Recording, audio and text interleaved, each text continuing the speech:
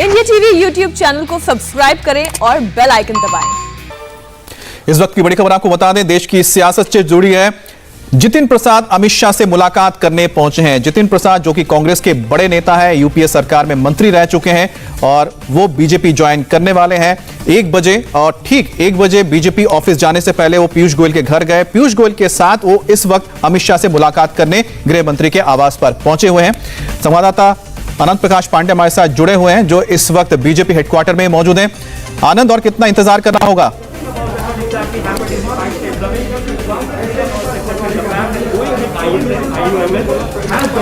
आनंद, जितिन के आने से पहले उनके आने की खबर आ चुकी है कि नहीं? जी बस कुछ देर में जितिन प्रसाद यहाँ पहुँचने वाले हैं और वो पीयूष गोयल के साथ ही आएंगे। पीयूष गोयल ही जितिन प्रसाद की यहाँ पे ज्वाइनिंग कराएंगे और उसके बाद बीजेपी के अध्यक्ष जेपी नड्डा से भी जितिन प्रसाद की मुलाकात होगी। हालांकि जितिन प्रसाद के रूप में बीजेपी ने एक बड़ा दाव मारा है उत्तर प्रदेश की राजनीति में, जहाँ पे अगले साल चुनाव होने जा रहे हैं। क्योंकि जितिन प्रसाद का प्रोफाइल देखें, उनका रेज्यूमे देखें तो वो रेज्यूम बीजेपी के लिए बिल्कुल भी मुफीद है। वो 2 बार सांसद रहे, 1 बार शाहजहांपुर से, उसके बाद धौरहरा से। 4 मंत्रालयों का कामकाज उन्होंने केंद्र सरकार में संभाला है, पेट्रोलियम मिनिस्ट्री का, स्टील मिनिस्ट्री का, रोड एंड ट्रांसपोर्ट का और एचआरडी का। उसके अलावा उन्होंने ब्राह्मण चेतना परिषद भी यूपी में बनाया था, जिसके बैनर तले उन्होंने उत्तर प्रदेश में घूम घूम करके ब्राह्मणों को अपने साथ, अपने इस मंच के साथ, इस परिषद के साथ एकजुट किया था। तो ये तमाम जो बातें हैं वो जितिन प्रसाद के पक्ष में जाती है और ऐसा करके बीजेपी ने जितिन प्रसाद के रूप में एक बड़ा हाथ मारा है। और सिर्फ जितिन के आने से ही बीजेपी को फायदा नहीं होगा, बल्कि जितिन के बहाने बीजेपी को गांधी परिवार पर हमला करने का और मौका मिलेगा। क्योंकि जितिन प्रसाद के जो पिता थे जितेंद्र प्रसाद, उन्होंने कांग्रेस में वंशवाद का विरोध किया था। सोनिया गांधी के खिलाफ उन्होंने अध्यक्ष पद का पर्चा ही भरा था और जब उन्होंने पर्चा भरा था उसके बाद से जितेंद्र प्रसाद को कांग्रेस की राजनीति से धीरे धीरे हाशिए पर डाला गया था। फिर उनको कांग्रेस की जो राजनीति है उससे बाहर कर दिया गया, तो उनको कोई भी बड़ा पद नहीं मिला। ये तमाम बातें हैं जो जितिन प्रसाद के आने के बाद बीजेपी को कांग्रेस पर, गांधी परिवार पर हमला करने का मौका मिलेगा और उसके साथ साथ उत्तर प्रदेश की राजनीति में उनको एक बड़ा चेहरा भी जितिन। आनंद, अब आपके पास दोबारा लौट कर आते हैं क्योंकि हलचलें कुछ ही देर में वहां बढ़ने लगेंगी। देवेंद्र पराशर भी इस वक्त हमारे साथ हैं। देवेंद्र, आनंद जो है वो रिज्यूमे की बात कर रहे थे। जितिन प्रसाद के रिज्यूमे जो है वो सिलेक्ट हो गया, फाइनल हो चुका है। तो ऑफर लेटर के बारे में अगर आप हमारे दर्शकों को कुछ बताएं कि क्या क्या ऑफर लेटर में है जितिन प्रसाद को जो दिया गया है। नहीं, अभी उस पर बहुत क्लैरिटी नहीं है कि जितिन प्रसाद की किस प्रकार की भूमिका को बीजेपी आगे आने वाले दिनों में भुनाएगी, क्योंकि जितिन प्रसाद इस पोजीशन में बहुत ज्यादा नहीं थे कि वो सारी चीजें को बार्गेन कर सकें। और आमतौर पर इस प्रोफाइल की, इस लेवल की जब बीजेपी में ज्वाइनिंग होती है तो बस एक एश्योरेंस ये दिया जाता है कि पार्टी आपके सम्मान, आपकी भूमिका का पूरा ख्याल रखेगी। ये बीजेपी का एक सेट पैटर्न है। उस समय बिल्कुल ही, अगर आप बहुत बड़े नेता नहीं है तो ठोस शब्दों में ये नहीं बताया जाता है कि पार्टी आगे आपको क्या ऑफर करेगी। और इसके पीछे वजह ये है कि पार्टी की रणनीति ये रहती है कि पहले ज्वाइन कराओ, फिर उसके बाद देखो टेस्ट करने के बाद कि आगे वो कितना पार्टी के लिए मुफीद हो रहे हैं।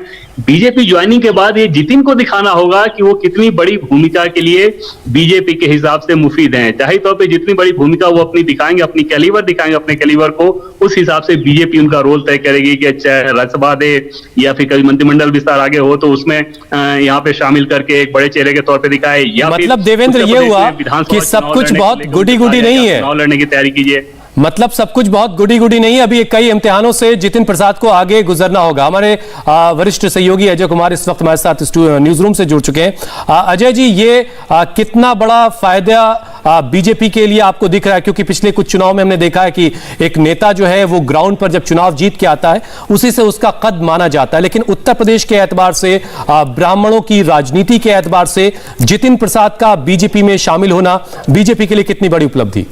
भारतीय जनता पार्टी के लिए जितेंद्र प्रसाद को अपनी पार्टी में शामिल कराना एक उपलब्धि इसलिए मानी जा सकती है क्योंकि जैसा अभी हम चर्चा कर रहे थे, ब्राह्मण समाज को लेकर भारतीय जनता पार्टी चिंता में थी। योगी आदित्यनाथ के प्रशासन के दौरान जो दुबे एनकाउंटर की बात सामने आई थी, जिसे लेकर ब्राह्मण समाज में बहुत असंतोष की बात निकल कर आ रही थी। और उसके साथ साथ याद कीजिए, हालांकि मुख्यमंत्री योगी आदित्यनाथ अब किसी जाति से नहीं जोड़े जा सकते, लेकिन इसमें कोई दुविधा नहीं है कि पूरे उत्तर प्रदेश में जाति प्रथा अपने आप में बहुत ज़्यादा प्रचारित है और गहरी जड़ें बना चुकी है। मुख्यमंत्री योगी आदित्यनाथ राजपूत जाति से आते हैं और ऐसा माना जाता है कि उत्तर प्रदेश में फिलहाल उनके शासनकाल के दौरान राजपूत जात से जुड़े तमाम लोग वरिष्ठ पदों पर हैं, उन लोगों को ज़्यादा सहूलियत दी जा रही है और राजपूतों का दबदबा बढ़ा है।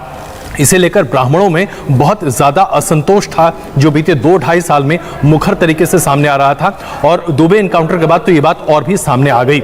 ऐसे में जितेंद्र प्रसाद को अपने साथ शामिल करना भारतीय जनता पार्टी के लिए इस समाज को एक तरह से उनकी संवेदनाओं को संवारने का एक बहुत बड़ा आप आयाम कह सकते हैं, एक बहुत बड़ी कोशिश कह सकते हैं। मैं दरअसल उनके हाल फिलहाल के कुछ ट्वीट्स आपके पढ़कर बताऊं, आप इसी से समझ जाएंगे कि दरअसल अभी वो क्या कहना चाहते हैं। सबसे पहले उन्होंने मुख्यमंत्री योगी आदित्यनाथ को उनके जन्मदिन पर बधाई दी थी। कांग्रेस के किसी नेता ने मुख्यमंत्री योगी आदित्यनाथ को उनके जन्मदिन पर बधाई दी हो, ऐसा मुझे फिलहाल याद नहीं आता, लेकिन इन्होंने ऐसा किया। उसके साथ साथ परशुराम दिवस पर उन्होंने बड़े पैमाने पर कहा कि हमारे पुरखों की विरासत को हमें अपने साथ लेकर चलना चाहिए। अब परशुराम को ब्राह्मणों के सबसे अग्रणी और अग्रसर या उग्र नेता के तौर पर माना जाता रहा है। उन्हें एक तरह से भगवान की शुद्ध ऋषि हैं, तो इसलिए भगवान के तौर पर भी देखा जाता रहा है। तो अगर परशुराम की याद दिला रहे हैं जितेंद्र प्रसाद, तो जाहिर सी बात है उनकी लीनिंग्स किस तरफ हैं ये भी आप समझ जाइए। 12वीं की जब बोर्ड की परीक्षा को स्थगित करने की बात कही जाती है प्रधानमंत्री के द्वारा, तो सबसे पहले कॉन्ग्रेचुलेटरी मैसेज कौन देता है? जितेंद्र प्रसाद उत्तर प्रदेश में देते हैं। ये तमाम संकेत हैं कि कांग्रेस से उनका मोहभंग हो चुका था, और जाहिर सी बात है वो अपने लिए एक नई जमीन तलाश कर रहे थे। कांग्रेस से मोहभंग होने की उसकी स्थिति इसलिए भी है कि 2014 में जब उन्होंने लोकसभा का अपना चुनाव हारा था, उसके बाद से कांग्रेस में उन्हें कहीं कोई खास जगह नहीं मिल पा रही थी। खास करके अगर आप उत्तर प्रदेश की बात करें तो उत्तर प्रदेश की राजनीति में उन्हें पूछा ही नहीं जा रहा था। 2017 के विधानसभा के चुनाव में जितेंद्र प्रसाद किसी सक्रिय भूमिका में दिखाई ही नहीं दिए। उन्हें किसी तरीके से कोई मशवरा तक नहीं किया जा रहा था, यहां तक कि उनके खुद की पार्लियामेंट्री कॉन्स्टिट्यूएंसी में उनकी 5 विधानसभा सीटें जो आती हैं, उसे लेकर भी उन्हें कोई मोल भाव नहीं करने दिया जा रहा था, कुछ कहने ही नहीं दिया जा रहा था। तो जितेंद्र प्रसाद कांग्रेस से बहुत नाराज चल रहे थे, लेकिन उनके पास कोई विकल्प नहीं था। भारतीय जनता पार्टी इससे बेहतर विकल्प उनके हो नहीं सकता, क्योंकि भारतीय जनता पार्टी अभी न सिर्फ सत्ता में है, बल्कि एक बार फिर अपने आप को दोबारा सत्ता में लाने की पुरजोर कोशिश कर रही है जी। तो इसलिए अगर आप देखें तो ये दोनों के लिए फायदे का सौदा है। जितेंद्र प्रसाद कोशिश करेंगे कि भारतीय जनता पार्टी के लिए वो कर सकें जो शुभेंदु अधिकारी ने बंगाल में भारतीय जनता पार्टी के लिए किया है। और सियासत में जाहिर सी बात है अमित की सारे सौदे फायदे के तहत ही किए जाते हैं, और ये सौदा भी दोनों के लिए फायदेमंद रहा होगा, तभी ये सौदा जो है वो कंक्लूड हुआ है, किसी नतीजे तक पहुंच रहा है। हम चलते हैं जरा आनंद प्रकाश पांडे के पास। आनंद, क्या कुछ हलचलें बढ़ी हैं, क्या खबर मिल रही है आपको? एक बज चुका है ये देखिए, अभी थोड़ा समय लगेगा जितेंद्र प्रसाद को आने में, अभी इंतजार ही उनका किया जा रहा है। हालांकि यहाँ पर जहाँ उनकी ज्वाइनिंग होनी है वहाँ पे आप देख सकते हैं कि मंच तैयार है, 3 कुर्सियाँ लगी हुई हैं, जिसपे एक पे जितेंद्र प्रसाद बैठेंगे, दूसरी कुर्सी पे अनिल बलूनी जो कि मीडिया के संयोजक है वो बैठेंगे, और तीसरी कुर्सी पे पीयूष गोयल जो कि उनकी ज्वाइनिंग कराएंगे ऑफिशियली बीजेपी में। जो आनंद, क्या ये कंफर्म हो गया है कि जितेंद्र प्रसाद की ज्वाइनिंग पीयूष गोयल करवाएंगे या फिर जेपी नड्डा साहब आ रहे हैं? जी देखिए, अभी तक के हिसाब से पीयूष गोयल ही जितेंद्र प्रसाद की ज्वाइनिंग करा रहे हैं, और जो यहाँ पे 3 कुर्सियाँ लगी है उसके हिसाब से भी यही कंफर्म हो रहा है, क्योंकि एक कुर्सी पे पीयूष गोयल बैठेंगे, दूसरी कुर्सी पे जितेंद्र प्रसाद और तीसरी कुर्सी पे अनिल बलूनी बैठेंगे। सिर्फ 3 कुर्सियाँ मंच पे लगी हैं, इससे साफ पता चलता है कि उनकी ज्वाइनिंग पीयूष गोयल ही करा रहे हैं। और अभी तक बीजेपी के अध्यक्ष जेपी नड्डा, देवेंद्र जरा ये समझाइए कि पिछली, अगर मुझसे कोई गलती नहीं हो रही है, तो पिछली ज्वाइनिंग जो किसी कांग्रेसी नेता, बड़े नेता की हुई थी, वो ज्योतिरादित्य सिंधिया थे, उनकी ज्वाइनिंग जेपी नड्डा ने करवाई थी। आज की ज्वाइनिंग अगर जितेंद्र प्रसाद की पीयूष गोयल साहब करवाने जा रहे हैं, तो क्या इससे भी किसी की कद और किसी की हैसियत को आंका और देखा जा सकता है? जी हाँ, बिल्कुल हुसैन, इसमें कोई दो राय नहीं है, इसमें कोई संशय या भ्रम नहीं होना चाहिए कि हैसियत के हिसाब से ही ये तय होता है कि कौन सा नेता आपको ज्वाइन कराएगा। अब से तकरीबन 45 मिनट पहले जब बीजेपी के एक बड़े नेता से हमने ये पूछा कि सर एग्जैक्टली बता दो कि कौन ज्वाइन कर रहा है, तब उनका ये कहना था कि जब आप बता रहे हो कि पीयूष गोयल ज्वाइन करा रहे हैं, तो इससे अंदाजा नहीं लग रहा है कि कौन ज्वाइन कराएगा, क्योंकि अगर नड्डा जी ज्वाइन कराते तो जाहिर तौर पर वो जितेंद्र प्रसाद का स्टेचर नहीं, उससे बड़े नेता की जरूरत होती। ये सीधे सीधे उस बीजेपी के उस नेता का कहना था। लेकिन तो देवेंद्र, शायद ये लगता है कि जितना फायदा स्टेचर बहुत बड़ा था जितेंद्र प्रसाद की तुलना में, जितना फायदा शायद बीजेपी को ना हो, उससे ज्यादा डेंट शायद कांग्रेस को लग सकता है जितेंद्र प्रसाद के बीजेपी में आने से। अजय जी, जिस तरह से लगातार हमने देखा है कि प्रियंका गांधी बहुत एक्टिव है यूपी को लेके, जब वो यूपी की जिम्मेदारी उनके पास से, खासतौर वो भी ईस्टर्न यूपी की, और वहीं की एक बड़े नेता जो ब्राह्मण नेता है, उनका टूट के चले आना, जो कभी उनके बहुत करीबी रहे थे, ये प्रियंका गांधी के लिए कितनी बड़ी चोट होगी? देखिए, अब हमें इस बात पर समझना पड़ेगा कि जो आमतौर पर भारतीय जनता पार्टी या विपक्ष के तमाम नेता जब कांग्रेस सत्ता में थी और जो आरोप लगाए जाते थे कांग्रेस पार्टी के ऊपर, कहा जाता था कि बाबा कल्चर कांग्रेस पार्टी में बहुत हावी है, और उस बाबा कल्चर में एक समूह का नाम लिया जाता था जिसमें आप चाहे सिंधिया की बात करें, जितेंद्र प्रसाद की बात करें, ये तमाम लोग उसमें शामिल हुआ करते थे।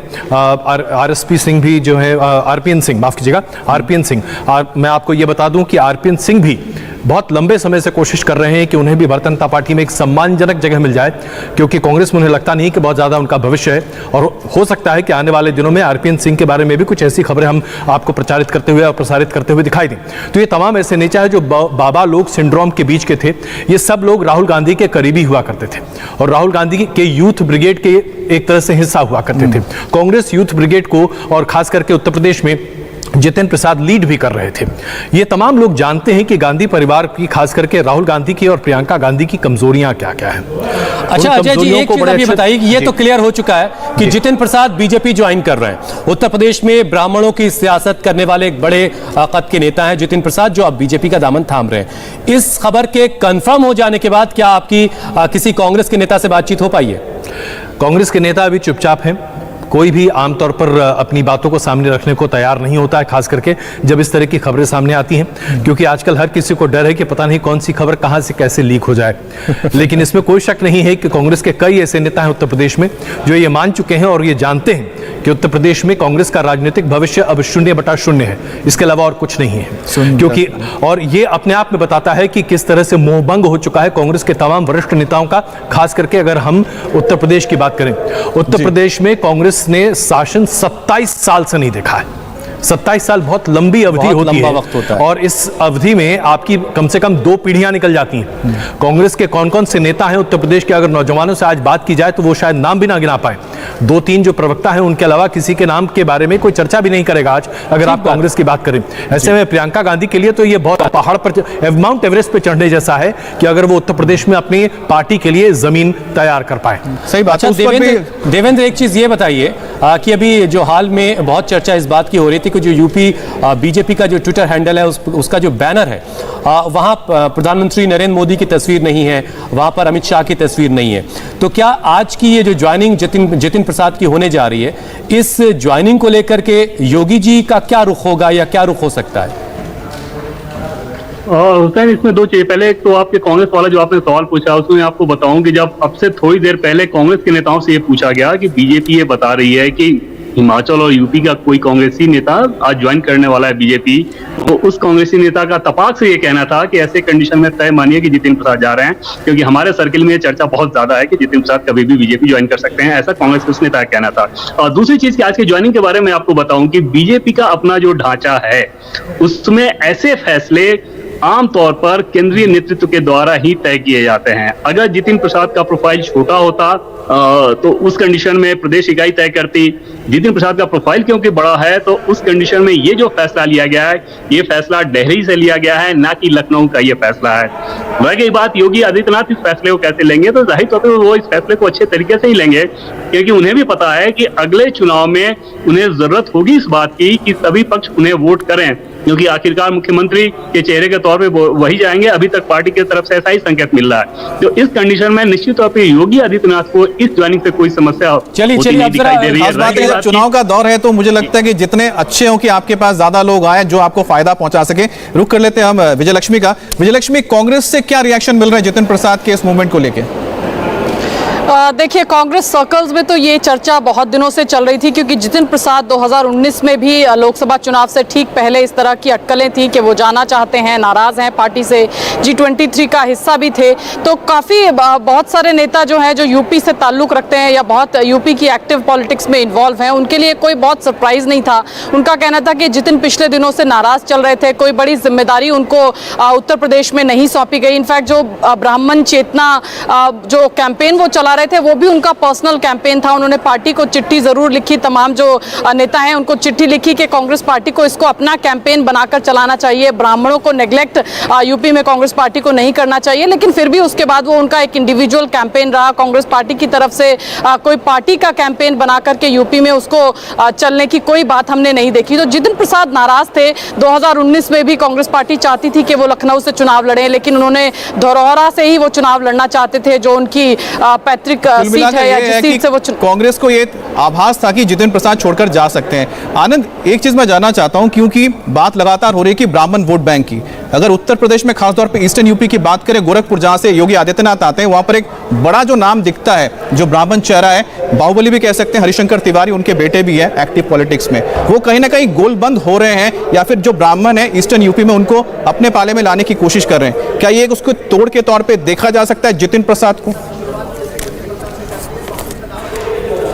सिर्फ ईस्टर्न यूपी में नहीं, हम पूरे यूपी की बात कर रहे हैं। तो कहीं ना कहीं ब्राह्मण जो समुदाय है उसको लगता है कि उसको इग्नोर किया जा रहा है। और हाल के समय में जो पार्टी हाई कमान को जो फीडबैक मिला है, या फिर जो BL संतोष और जब गए थे वहाँ पे जो बीजेपी के संगठन मंत्री हैं जो 3 दिन वो यूपी में रहे थे, वहाँ भी जो ब्राह्मण नेता हैं और जो ब्राह्मण मंत्री है उन्होंने भी ये फीडबैक दिया था कि कहीं ना कहीं ब्राह्मणों के अंदर एक नाराजगी है कि उनको इग्नोर किया गया है मौजूदा गवर्नमेंट में।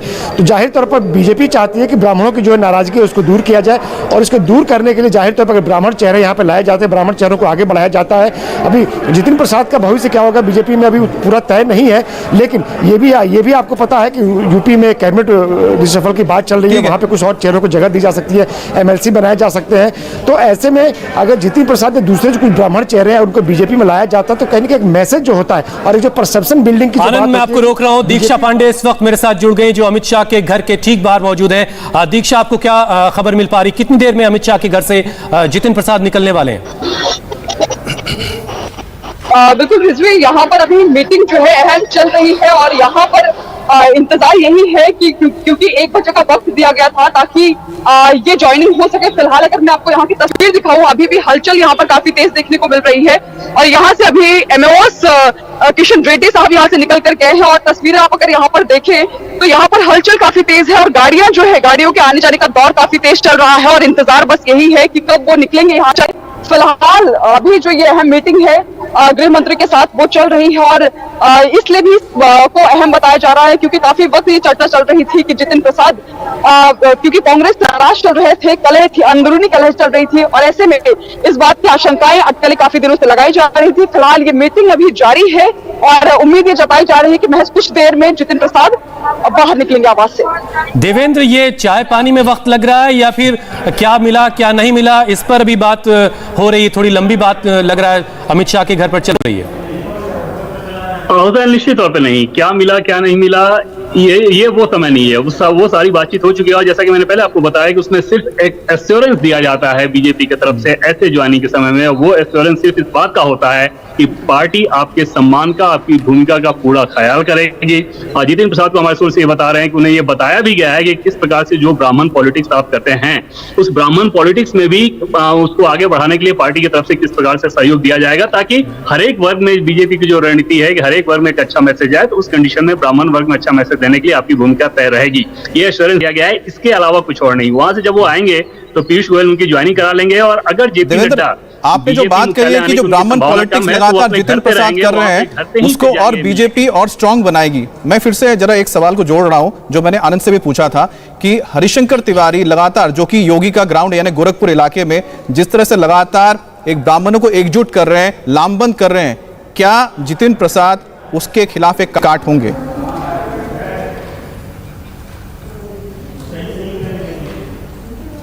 देवेंद्र जी अमित, सवाल दोहराएं एक बार। मैं ये बोल रहा हूं कि जिस तरह से हरिशंकर तिवारी जो गोरखपुर से ही आते हैं और एक बाहुबली नेता हैं, लगातार वहां पर जो ब्राह्मण हैं उनको लामबंद कर रहे हैं और कहीं ना कहीं वहां पर एक नाराजगी पैदा भी की जा रही है योगी आदित्यनाथ के खिलाफ, क्या उसकी काट बन पाएंगे जितिन प्रसाद? और देखिए, सिर्फ किसी एक क्षेत्र विशेष को लेकर ऐसे फैसले नहीं होते। आमतौर पर आप देखें तो गोरखपुर की अगर आप बात कर लें तो शिव प्रताप शुक्ला जो कि MOS फाइनेंस हुआ करते थे, वो गोरखपुर में ज्यादा इफेक्टिव ब्राह्मण चेहरे हैं बीजेपी के पास बनिस्बत जितिन प्रसाद की। जितिन प्रसाद का जो मुख्य प्रभाव रहेगा वो उत्तर प्रदेश का जो तराई का इलाका है उस तराई के इलाके में इनका मुख्य प्रभाव रहा है और वहां पे इनकी भूमिका ज्यादा अहम रहेगी। जितिन प्रसाद इतने बड़े ब्राह्मण चेहरे नहीं है कि उनके आने से पूरे उत्तर प्रदेश में के ब्राह्मणों में एक अलग मैसेज चला जाए। खासतौर पर यूपी के ब्राह्मण पॉलिटिक्स की आप बात करें तो जैसे महेश शर्मा हैं जो कि नोएडा के सांसद हैं, पूर्वांचल के ब्राह्मणों पे उनका कोई वैसा असर नहीं, और पूर्वांचल के जो ब्राह्मण है उनका वेस्टर्न यूपी के ब्राह्मणों पे वैसा असर नहीं होता।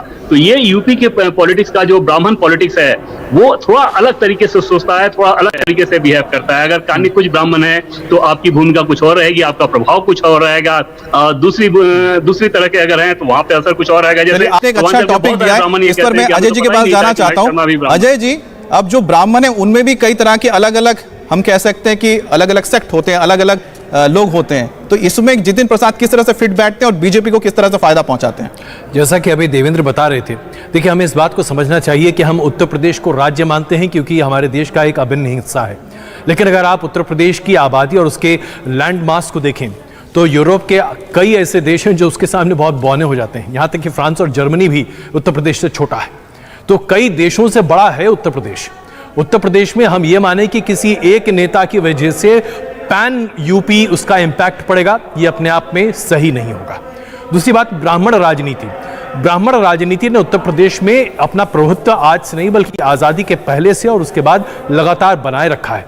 भले ही उत्तर प्रदेश में कई बार शासन दूसरे लोगों के हाथों में रहा है, उन लोगों के हाथ में जो दूसरी जातियों का प्रतिनिधित्व करते रहे हैं, लेकिन ब्राह्मणों का एक अलग अपना स्थान रहा है, अफसरशाही में भी और मंत्रिमंडल में भी, सरकार के कामकाज में भी। बीते कुछ सालों में हमने इसमें थोड़ी गिरावट। अजय जी, हम आपको रोक रहे हैं। बीजेपी हेडक्वार्टर पहुंच चुके हैं जितिन प्रसाद और पीयूष गोयल के साथ एक ही कार में सवार होकर जितिन प्रसाद बीजेपी हेडक्वार्टर पहुंच गए। ये बीजेपी मुख्यालय की सीधी तस्वीर इस वक्त आप देख पा रहे हैं।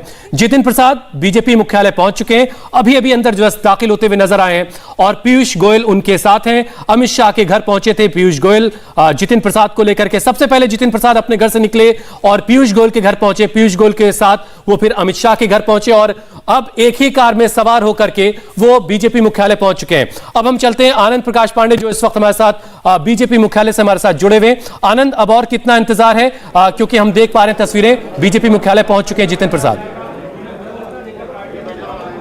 बस सबसे कुछ देर में यहाँ पे जो मंच सामने लगा हुआ है यहाँ पर जितिन प्रसाद आपको नजर आएंगे और यहाँ की तैयारियां पूरी हो चुकी हैं। 2 बुके यहाँ पे लाए गए हैं जिसमें एक बुके देकर पीयूष गोयल का स्वागत किया जाएगा और दूसरे बुके से जितिन प्रसाद का स्वागत किया जाएगा। इसके अलावा ज्वाइनिंग के वक्त जो गले में बीजेपी का पटका पहनाया जाता है वो पटका भी लाकर रख दिया गया है। बस इंतजार किया जा रहा है जितिन प्रसाद का और जैसे ही जितिन प्रसाद आएंगे सबसे पहले उनका बुके देकर स्वागत किया जाएगा। उनकी जो मेंबरशिप की रसीद है वो काटा जाएगा, वो अपनी मेंबरशिप की यहाँ रसीद दिखाएंगे और फिर ऑफिशियली उनको बीजेपी का जो पटका है उनके गले में डालकर स्वागत किया जाएगा। बस कुछ देर में यहाँ पे आने वाले हैं। 3 कुर्सियां लगी हैं, एक कुर्सी पर पीयूष गोयल बैठेंगे, दूसरे पे जितिन प्रसाद और तीसरे पे अनिल बलूनी बैठेंगे और ऑफिशियली अब से कुछ देर में जितिन प्रसाद जो है वो कांग्रेस छोड़कर बीजेपी का हिस्सा हो जाएंगे। और ऐसे में जितिन प्रसाद को लेकर बीजेपी को जो उम्मीदें हैं, अभी जो उम्मीदें और जिम्मेदारियां जितिन प्रसाद के ऊपर होंगी कि जिस उम्मीद से बीजेपी उनको अपनी पार्टी में लेकर बीजेपी में उनको ज्वाइन कराया जा रहा है उस पर वो कितना खरे उतरते हैं। तो बस इंतजार कुछ देर का है और उसके बाद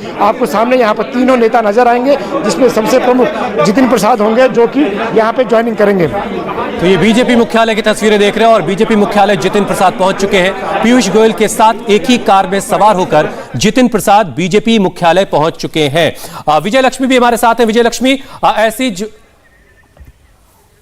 बीजेपी हेडक्वार्टर की ये तस्वीरें इस वक्त आप देख रहे हैं जहां पर जितिन प्रसाद पहुंच चुके हैं और ये 3 कुर्सियां इंतजार कर रही हैं। उसमें से एक कुर्सी जितिन प्रसाद के लिए है, एक कुर्सी पीयूष गोयल के लिए और एक कुर्सी अनिल बलूनी के लिए। ये 3 लोग इस वक्त अभी कुछ ही देर में आपको तस्वीरों में नजर आने लगेंगे और आज जितिन प्रसाद कांग्रेस से बीजेपी के हो जाएंगे। देखो, फिर से रुक कर लेता हम आनंद प्रकाश पांडे का। आनंद, कितने देर में अब दाखिल हो जाएंगे इस जगह पे जहां पर आप मौजूद हैं जितिन प्रसाद? बोलूं मैं पीछे जाऊं क्या? पीछे जाऊं क्या? आनंद, आपको आवाज मिल रही है? तो आपको बता दें ये तस्वीरें आप देख रहे हैं सीधे उसी जगह से है जहां पर अब से थोड़ी देर में इसी कुर्सी पर बैठे हुए नजर आएंगे। अपनी कार, जिस कार से निकले थे अपने घर से, वो कार भी छोड़ दी, उसके बाद पीयूष गोयल के साथ उनकी गाड़ी में ऑफिशियल कार है उसी के साथ वो आए हैं। तो लगातार हम देख रहे हैं कि जिस तरह से हमने आज जो अनफोल्ड होते हुए देखा कि आमतौर पे जब ज्वाइनिंग हो जाती है उसके बाद जो नेता होते हैं वो अमित शाह से मुलाकात करते हैं, गृह मंत्री से, लेकिन वो आने से पहले यानी कि ज्वाइनिंग से पहले मुलाकात कर चुके हैं अमित शाह से, जो अपने आप में एक बड़ा संकेत देता है। और दूसरी बात यह है कि तो हम रुक कर लेते हैं हमारे वरिष्ठ सहयोगी अजय जी हमारे साथ जुड़े। अजय जी, जिस तरह से आप जिक्र कर रहे थे, एक के बाद एक हम देख रहे हैं कि राहुल गांधी के जो एक साथ जो लोग होते थे, चाहे वो सचिन पायलट, उसके बाद ज्योतिरादित्य सिंधिया, उसके बाद जितिन प्रसाद, ये तमाम लोग हैं, जिसमें से सचिन पायलट बचे हुए हैं और हम देख रहे हैं कि दो लोग अब छिटक रहे हैं। एक देवेंद्र कोई जरूरी बात हमसे कहना चाह रहे हैं। देवेंद्र, और एक चीज ये होगा कि एक बार जब यहाँ पे ज्वाइनिंग हो जाएगी, उस जी। ज्वाइनिंग के बाद जैसे उसमें मेंबरशिप फॉर्म होता है, पटका होता है, फुल तो एक अभिवादन का तरीका होता है, वो सारी चीजें देने के बाद फिर बीजेपी के राष्ट्रीय अध्यक्ष जेपी नड्डा, जो कि अभी अपने घर पे हैं, ये यहाँ से ज्वाइनिंग करने के बाद ये जेपी नड्डा से फिर मिलने जाएंगे और वहां पे जाके जितिन प्रसाद जेपी नड्डा की शुभकामनाएं लेंगे। अमूमन ऐसा होता रहा है कि एक बार जब ज्वाइनिंग हो जाती है तो अगर जेपी नड्डा पार्टी के मुख्यालय में अपने दफ्तर में मौजूद हैं तो ज्वाइनिंग करने वाला व्यक्ति वहां मिलता है। लेकिन अभी मुझे ये बताया गया कि जेपी नड्डा अभी तक अपने घर पे हैं और संभव है कि यहां से ज्वाइनिंग के बाद सीधे जेपी नड्डा के घर में जितिन प्रसाद जाए पीयूष गोयल के साथ। तो जितिन प्रसाद बीजेपी की सदस्यता ग्रहण करने के बाद जेपी नड्डा से मुलाकात करने उनके घर जाएंगे, जैसा कि हमें देवेंद्र बता रहे हैं। अजय जी, जरा एक चीज समझाइए कि ज्वाइनिंग के वक्त जब पार्टी खेमा बदल लेता है कोई नेता, तो उसके बाद अपनी पार्टी को लेकर के नाराजगी के कुछ बड़े पॉइंट्स बताता है कि आखिर उसने ऐसा क्यों किया। तो आज आप क्या उम्मीद कर रहे हैं कि जितिन प्रसाद क्या क्या बातें कहने वाले हैं जब वो ज्वाइन कर लेंगे? आखिर उन्होंने फैसला क्यों किया, इसमें क्या क्या खास बातें होंगी? देखिए, सबसे प्रमुखता तो ये बात होगी कि कांग्रेस पार्टी में किसी को बोलने का अधिकार नहीं है। अब जितिन प्रसाद आ चुके हैं। अब ये सीधी तस्वीरें इस वक्त देख रहे हैं हम। पीयूष गोयल सबसे आगे हैं, उसके ठीक पीछे जितिन प्रसाद हैं। तो वो वक्त अब आ चुका है जिसके लिए इंतजार हो रहा था। जितिन प्रसाद आपको दिखाई दे रहे हैं, पीयूष गोयल उनके साथ हैं।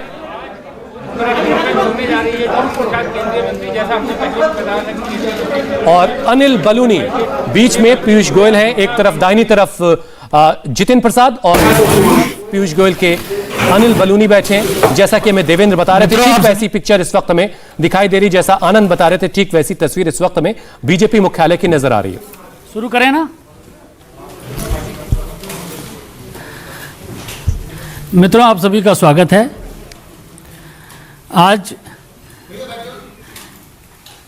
जितिन प्रसाद जी हमारे बीच में हैं। आप उत्तर प्रदेश से आते हैं और भारतीय जनता पार्टी की नीति, हमारे माननीय प्रधानमंत्री जी नरेंद्र मोदी जी के नेतृत्व से प्रभावित होकर भारतीय जनता पार्टी के परिवार में शामिल हो रहे हैं। हम आपका स्वागत करते हैं। जितिन प्रसाद जी, जैसा कि आप सब लोग जानते हैं, उत्तर प्रदेश के बड़े कद्दावर नेता हैं। आप पूर्व में केंद्रीय मंत्री रहे हैं। कांग्रेस संगठन में कई विभिन्न पदों में आपने कार्य किया है। आपके पिताजी स्वर्गीय जितेंद्र प्रसाद जी उत्तर प्रदेश के बहुत बड़े नेता रहे हैं। हम आपका स्वागत करते हैं भारतीय जनता पार्टी में।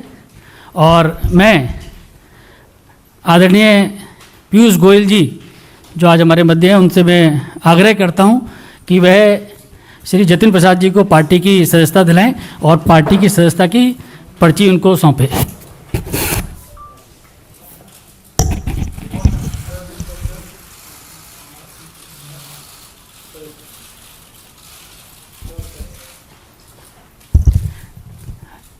आदरणीय पीयूष गोयल जी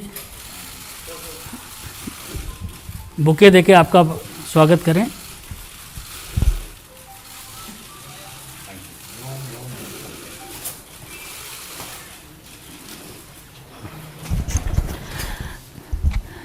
इस अवसर पर मैं केंद्रीय मंत्री आदरणीय पीयूष गोयल जी से आग्रह करूंगा कि जितिन प्रसाद जी का शब्दों के माध्यम से स्वागत करें। आदरणीय पीयूष गोयल जी।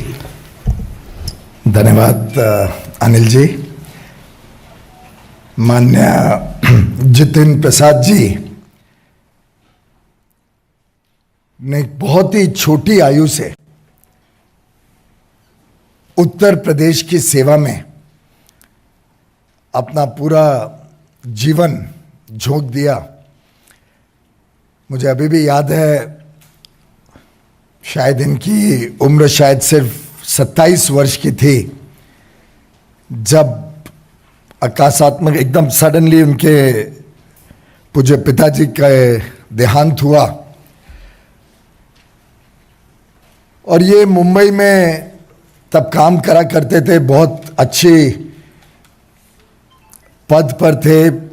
दून स्कूल से पढ़ाई की, श्री राम कॉलेज से, दिल्ली के विख्यात कॉलेज से पढ़ने के बाद MBA करने के बाद अपने काम में लगे थे। जब बहुत छोटी उम्र में उनको परिवार को ये धक्का पड़ा, लेकिन छोटी आयु में भी उन्होंने जिस प्रकार से पूरे उत्तर प्रदेश में दौरा किया, उत्तर प्रदेश के अलग अलग जिलों में जाके अपनी प्रतिभा से, अपने काम से लोगों का दिल जीता। 2 बार पार्लियामेंट में अच्छे मतों से जीते, पहली बार शाहजहांपुर से 2004 में, और जिस प्रकार से उन्होंने पूरे उत्तर प्रदेश की राजनीति में एक बहुत प्रमुख भूमिका वर्षों वर्षों तक निभाई, वो हम सब देखा करते थे। इनके पिताजी का भी बहुत बड़ा योगदान था वर्षों वर्षों तक कांग्रेस में, और कांग्रेस पार्टी हो, कांग्रेस की सरकारें हों, उसमें बिना कोई पद के उन्होंने जिस प्रकार से सेवा करी थी देश की, वो हम सब भली भांति याद करते हैं। केंद्र सरकार में भी मेरे मित्र जितेंद्र जी अलग अलग विभागों को देख चुके हैं। मिनिस्टर के नाते काफ़ी बड़ा अनुभव है उनका, चाहे वो इस्पात मंत्रालय हो, चाहे पेट्रोलियम एंड नेचुरल गैस हो, चाहे वो सड़क परिवहन हो या एजुकेशन मिनिस्ट्री, चारों में उन्होंने अपनी छाप छोड़ी थी। मुझे तो एक पर्सनल अनुभव भी है। मैं याद करता हूं कि जब ये पहले कांग्रेस की सरकार थी, तब इन्होंने बहुत प्रयत्न करके उत्तर प्रदेश में अपने क्षेत्र में एक मीटर गेज से ब्रॉड गेज लाइन कन्वर्जन स्वीकृत तो करा पाई, लेकिन उसको गति नहीं दिलवा पाए थे कि वो जल्द से जल्द खत्म हो, जल्द से जल्द वो पूरा हो काम।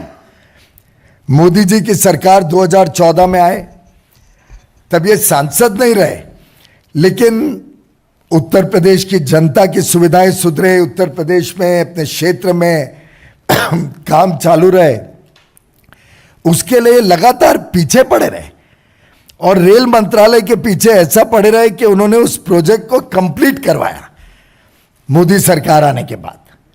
तो एक प्रकार से ऐसे युवा नेता, जमीन से जुड़े हुए नेता, लोकप्रिय नेता और जिनकी प्राथमिकता समाज सेवा रही हो, जिनको देश के प्रति प्रेम हो, ऐसे एक बहुत ही कद्दावर नेता, जैसे अनिल जी ने कहा, उत्तर प्रदेश की राजनीति में जिनका बहुत बड़ी भूमिका आगे मैं देख पा रहा हूं, ऐसे श्री जितेंद्र प्रसाद जी हम सबको आज हमारी पार्टी के साथ, प्रधानमंत्री नरेंद्र मोदी जी के नेतृत्व के साथ, श्री JP नड्डा जी की अध्यक्षता में भारतीय जनता पार्टी में जुड़ रहे हैं।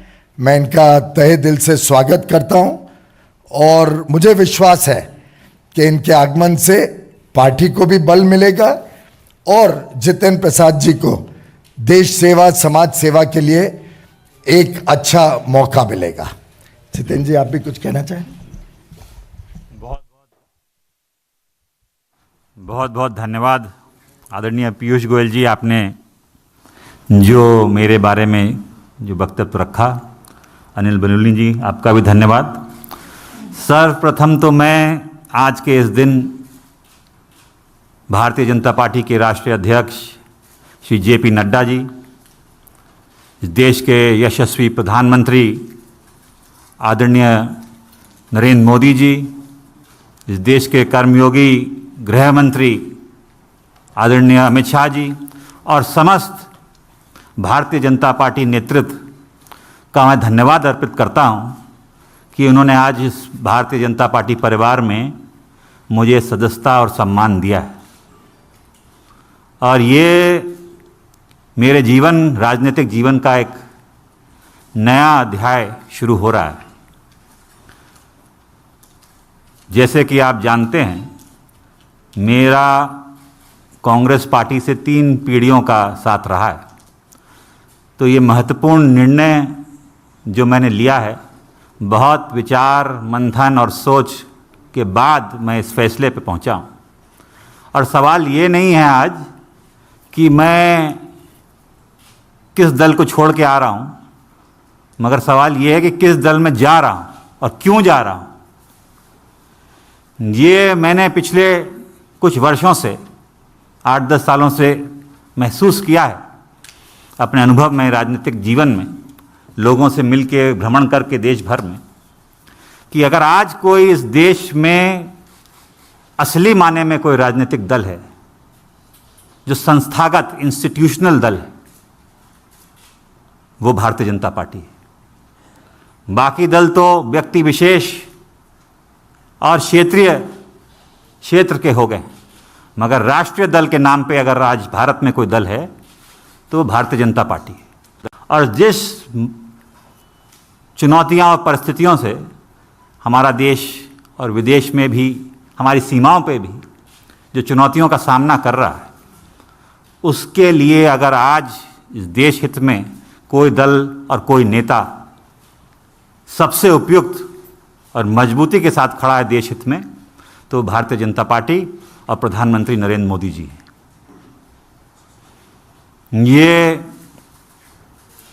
जो दशक है, ये भी मैंने एक वक्तव्य सुना था प्रधानमंत्री जी का, निर्णायक होगा भारत के लिए और आने वाली पीढ़ियों के लिए।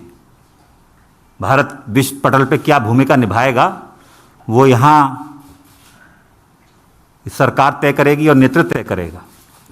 और प्रधानमंत्री जी रात दिन भारत की सेवा में निस्वार्थ लगे हुए हैं। हम देखते आए हैं, हमने चुनौतियों का सामना भी किया है, जनता ने हमें दरकिनार भी किया है, तो हम जानते हैं कि उनके प्रति देश की भावना क्या है प्रधानमंत्री जी के प्रति।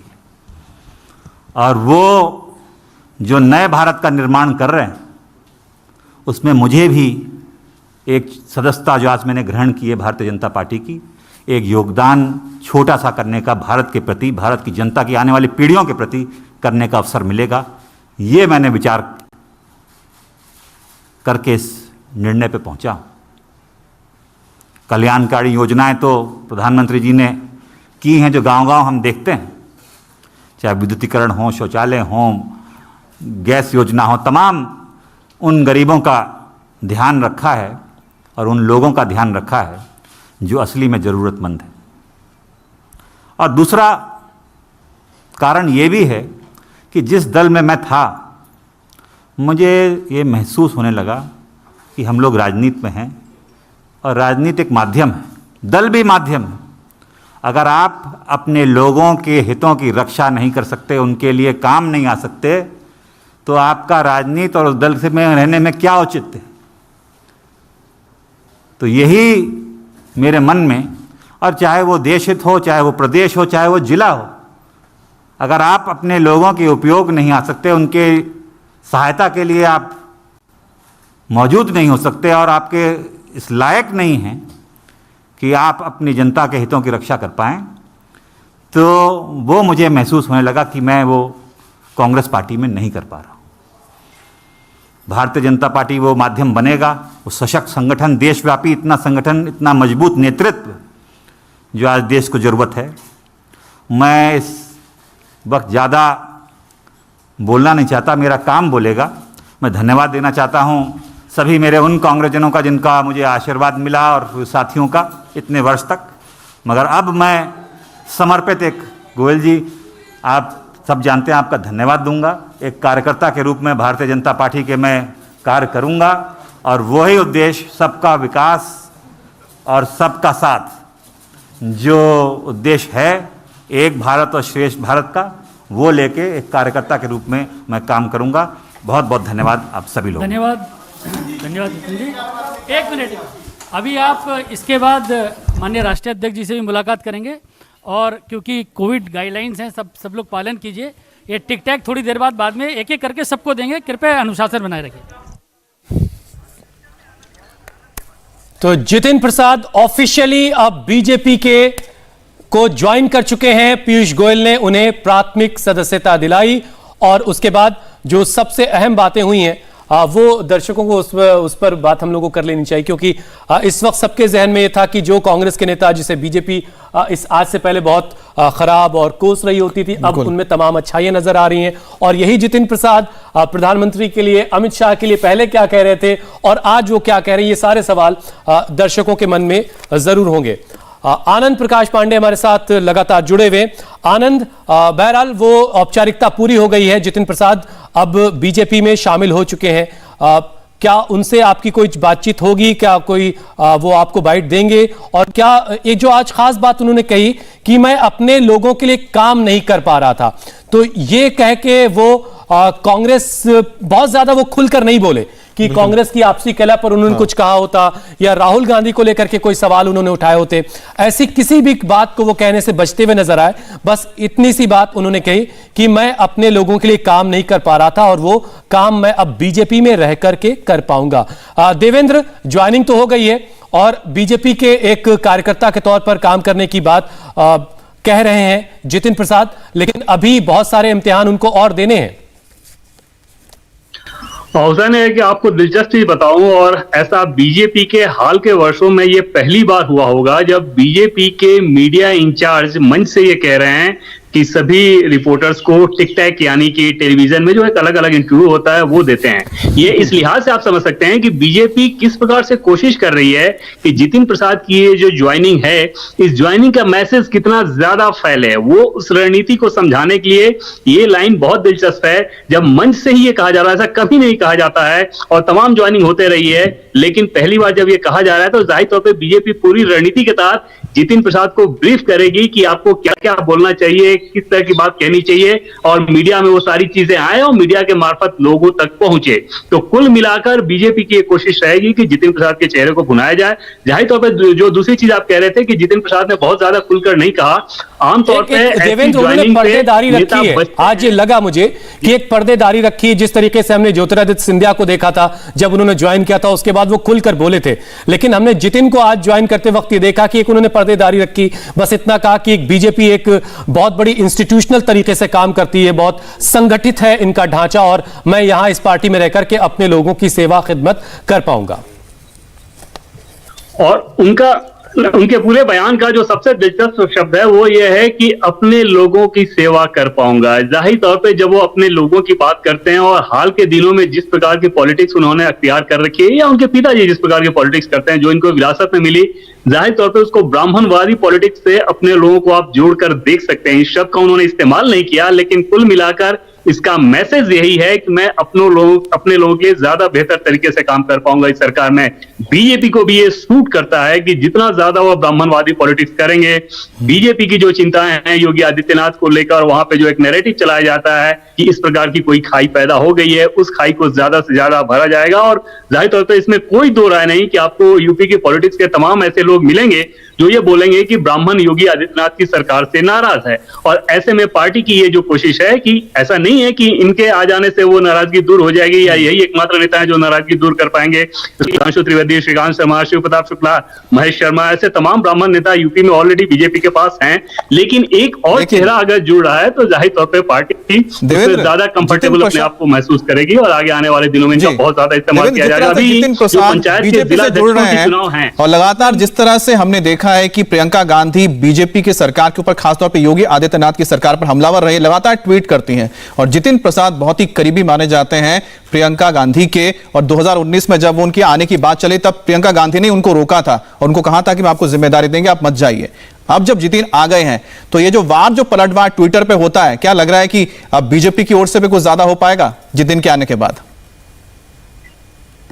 लेकिन वो तो लगातार चलता ही है। बीजेपी उसमें कोई कसर छोड़ती नहीं है। बीजेपी की अपनी पॉलिटिक्स को आप देखें तो बहुत एग्रेसिव पॉलिटिक्स चलती है। इस मायने में निश्चित तौर पे बीजेपी कांग्रेस को लेकर और बहुत ज्यादा हमलावर रहेगी, क्योंकि वो ये दिखाना कि देखो तुम्हारे नेता तुम पे ही भरोसा नहीं कर रहे हैं, कैसे एक एक करके आपके नेता आपकी पार्टी को छोड़ रहे हैं। और ये वो नेता हैं जो आपके किचन कैबिनेट के नेता माने जाते थे, जो कि पारंपरिक तौर पे आपकी पार्टी से जुड़े रहे हैं, जिन्होंने यूथ कांग्रेस से आपकी पॉलिटिक्स शुरू की। और वो अगर छोड़ रहे हैं और वो सारे युवा नेता अगर छोड़ रहे हैं तो जाहिर तौर पे कांग्रेस पार्टी के लिए, राहुल गांधी के लिए ये एक बड़ा झटका है। तो सिर्फ उत्तर प्रदेश के लिहाज से नहीं बल्कि नेशनल नैरेटिव के लिहाज से भी ये दिलचस्प है कि ज्योतिरादित्य सिंधिया ने पहले छोड़ा, जितिन प्रसाद छोड़ रहे हैं, सचिन पायलट बगावती तेवर दिखा चुके हैं।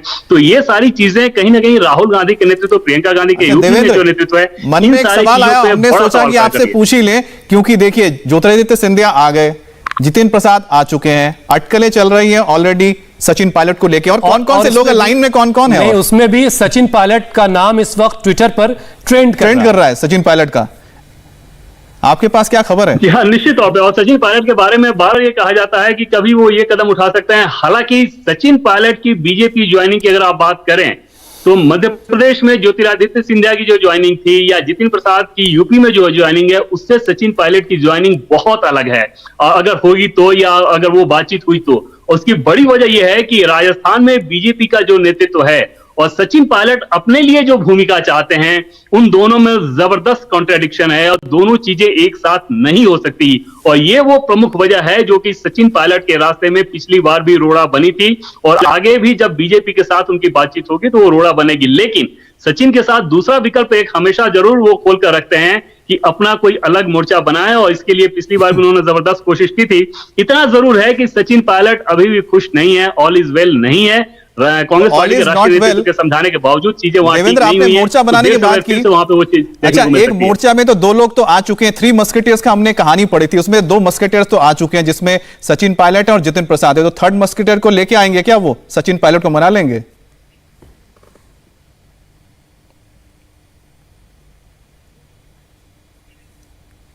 देवेंद्र जी मैं ये कह रहा हूं कि जो थ्री मस्केटियर्स की हमने कहानी सुनी थी उसमें से दो तो आ चुके हैं, जितिन प्रसाद और सिंधिया, बाकी बचे आपके सचिन पायलट। तो ये दो मस्केटियर्स तीसरे को ले आएंगे?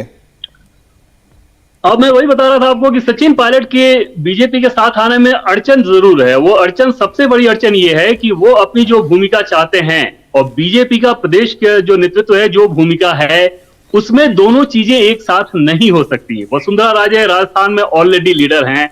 गजेंद्र शेखावत को केंद्रीय नेतृत्व बहुत ज्यादा पसंद करता है, आगे लीडर के तौर पे लगातार प्रोजेक्ट कर रहा है। तो ऐसे में सचिन पायलट जो अपनी सबसे बड़ी भूमिका चाहेंगे राजस्थान के लिहाज से, बीजेपी वो चीज उनको बिल्कुल भी ऑफर नहीं कर सकती है। और वहां पर फिर सचिन पायलट को यह तय करना होगा कि क्या नंबर 2, नंबर 3 के रोल पे वो तैयार हैं। सिर्फ ये एक अड़चन है जो कि सबसे बड़ी बाधा है। अदरवाइज सचिन पायलट जिस हद तक नाराजगी दिखा चुके थे और जितना आगे जा चुके थे, इसमें कोई दो राय नहीं कि कभी भी वो बीजेपी में आ सकते थे। अभी तक ऐसा नहीं हुआ है। तो उसकी सबसे बड़ी वजह यही है कि बीजेपी का राजस्थान का जो ढांचा है, सचिन पायलट अपने लिए जो सबसे बड़ी भूमिका चाहते हैं, उन दोनों में सामंजस्य होना। चलिए इंतजार करते हैं, क्योंकि सियासत में कभी भी कुछ पूरी तरह से फुल स्टॉप नहीं होता, गुंजाइश हमेशा बाकी रहती है। आप किसी के इधर से उधर या उधर से इधर आ जाने की गुंजाइश हमेशा रहती है। एक बार सुनते हैं जरा जितिन प्रसाद ने बीजेपी की सदस्यता हासिल करने के बाद क्या कहा है। सर्वप्रथम तो मैं आज के इस दिन भारतीय जनता पार्टी के राष्ट्रीय अध्यक्ष श्री JP नड्डा जी, इस देश के यशस्वी प्रधानमंत्री आदरणीय नरेंद्र मोदी जी, इस देश के कर्मयोगी गृह मंत्री आदरणीय अमित शाह जी और समस्त भारतीय जनता पार्टी नेतृत्व का मैं धन्यवाद अर्पित करता हूं कि उन्होंने आज इस भारतीय जनता पार्टी परिवार में मुझे सदस्यता और सम्मान दिया है। और ये मेरे राजनीतिक जीवन का एक नया अध्याय शुरू हो रहा है। जैसे कि आप जानते हैं, मेरा कांग्रेस पार्टी से 3 पीढ़ियों का साथ रहा है। तो ये महत्वपूर्ण निर्णय जो मैंने लिया है, बहुत विचार मंथन और सोच के बाद मैं इस फैसले पे पहुंचा हूं। और सवाल ये नहीं है आज कि मैं किस दल को छोड़ के आ रहा हूं, मगर सवाल ये है कि किस दल में जा रहा हूं और क्यों जा रहा हूं। ये मैंने पिछले कुछ वर्षों से 8-10 सालों से महसूस किया है अपने अनुभव में, राजनीतिक जीवन में, लोगों से मिलकर भ्रमण करके देश भर में, कि अगर आज कोई इस देश में असली माने में कोई राजनीतिक दल है जो संस्थागत इंस्टीट्यूशनल दल है, वो भारतीय जनता पार्टी है। बाकी दल तो व्यक्ति विशेष और क्षेत्र के हो गए, मगर राष्ट्रीय दल के नाम पे अगर आज भारत में कोई दल है तो भारतीय जनता पार्टी है। और जिस चुनौतियां और परिस्थितियों से हमारा देश और विदेश में भी, हमारी सीमाओं पे भी जो चुनौतियों का सामना कर रहा है, उसके लिए अगर आज इस देश हित में कोई दल और कोई नेता सबसे उपयुक्त और मजबूती के साथ खड़ा है देश हित में, तो भारतीय जनता पार्टी और प्रधानमंत्री नरेंद्र मोदी जी हैं।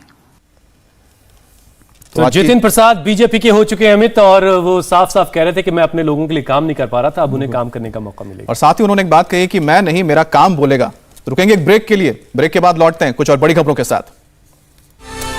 तो इस वक्त की बड़ी खबर यह है कि कांग्रेस के कद्दावर नेता जितिन प्रसाद अब कांग्रेस के नहीं रहे, उन्होंने बीजेपी ज्वाइन कर ली है। सुबह तक, बल्कि 12 बजे तक ये कश्मकश, ये उलझन बनी हुई थी कि ये जो नाम है ये किसका नाम हो सकता है, क्योंकि अनिल बलूनी ने एक ट्वीट किया था कि आज एक नामचीन हस्ती बीजेपी ज्वाइन करने वाले हैं। और आखिरकार जब जितिन प्रसाद अपने घर से निकलकर पीयूष गोयल के घर पहुंचे, उसके बाद तस्वीर साफ हो गई कि जितिन प्रसाद बीजेपी ज्वाइन कर रहे हैं और आज उन्होंने बीजेपी ज्वाइन कर ली है। रुकेंगे अभी एक ब्रेक के लिए, ब्रेक के बाद भी इसी बड़ी खबर पर बने हुए हैं। नमस्ते, मैं हूं मीनाक्षी जोशी। वीडियो और खबरों से अपडेट रहने के लिए India TV YouTube channel subscribe करें, बेल आइकन दबाना ना भूलें। जुड़े रहें इंडिया टीवी के साथ।